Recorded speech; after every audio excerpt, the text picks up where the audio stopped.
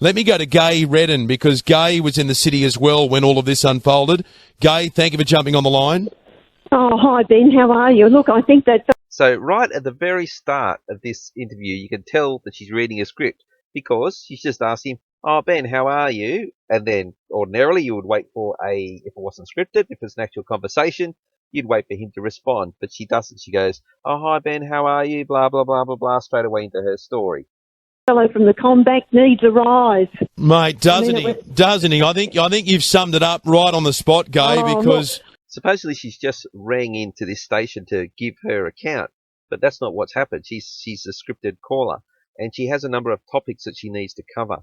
And one of the themes they've got here is painting all of these actors, supposedly members of the public, as heroes. There's an agenda behind that, and I'll do that in another video. But that's one part of the story that she needs to read. That one part of the aspects of their agenda that she needs to read. So she's launched into that straight away to get that out of the way. I was standing in the same sort of spot. For anyone that's rang back Squawk Back Radio, you go to the switch first, because they have to verify and validate you as, you know, being credible to supposedly put on their show. Now, you couldn't just get on there by saying, "Oh, I was in the same sort of spot," and that's what she said to Ben Fordham. Now, that's what she would have said to the switch person. Now, there's no way, that they would need to say, "No, where were you standing? On what street?" It's almost like a 000 call. You could give all your details. But apparently she's on here with, "I was in the same sort of spot." Two big construction workers came up to me and said, "Watch out, there's a guy with a knife."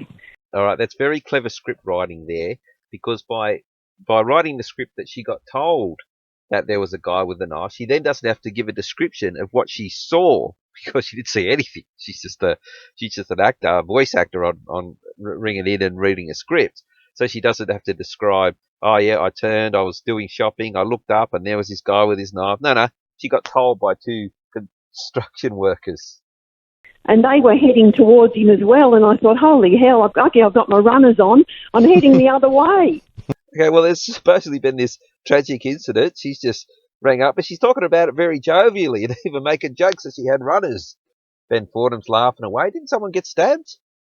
But by the same token, they were heroes too, because they helped us get away.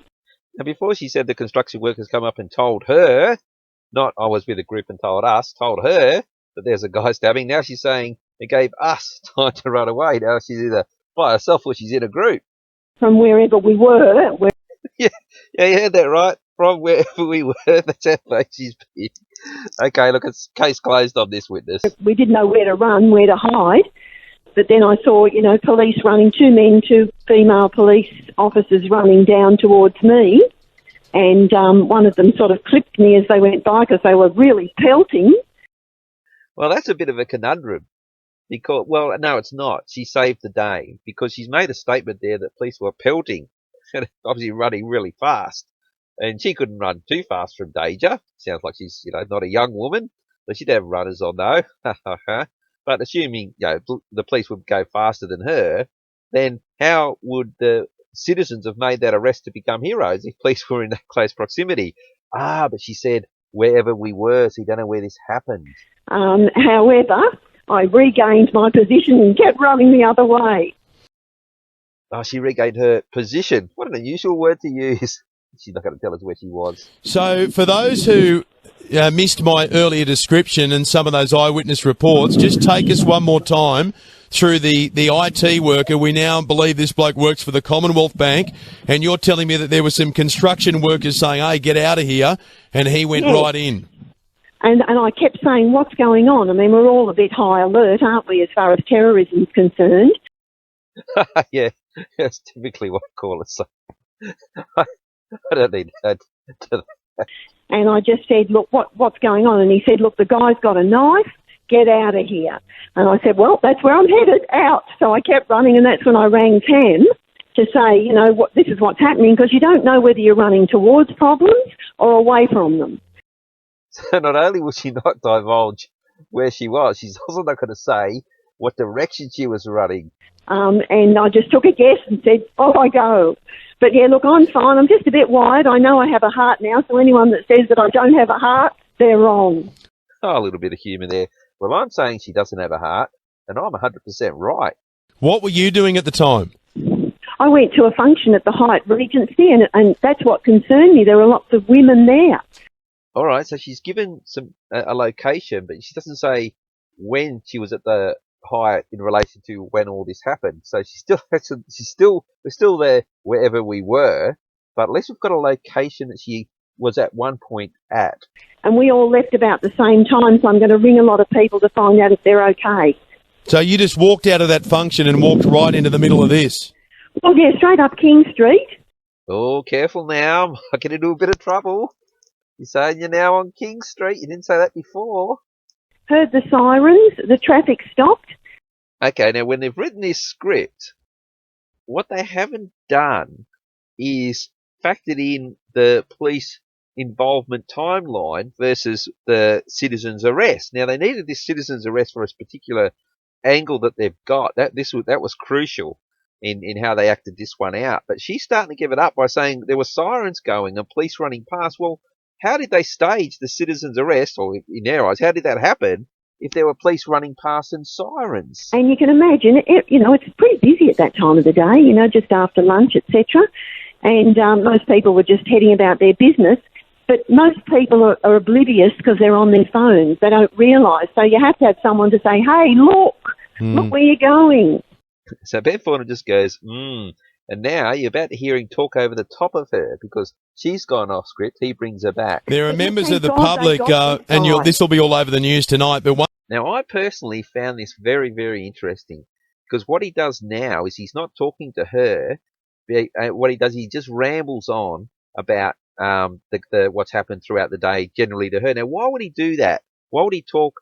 He's in a conversation with her. He can do that any time, but he does it here purely because she went off topic, started banging on about people looking at mobile phones. He went, It's really interesting. This is how professional and how skilled this guy is at getting it back on track. Once they pinned him down, they get him down underneath a couple of chairs and a milk crate. The milk crate is right over the bloke's head, and they're holding him there, letting him know he's not going to go.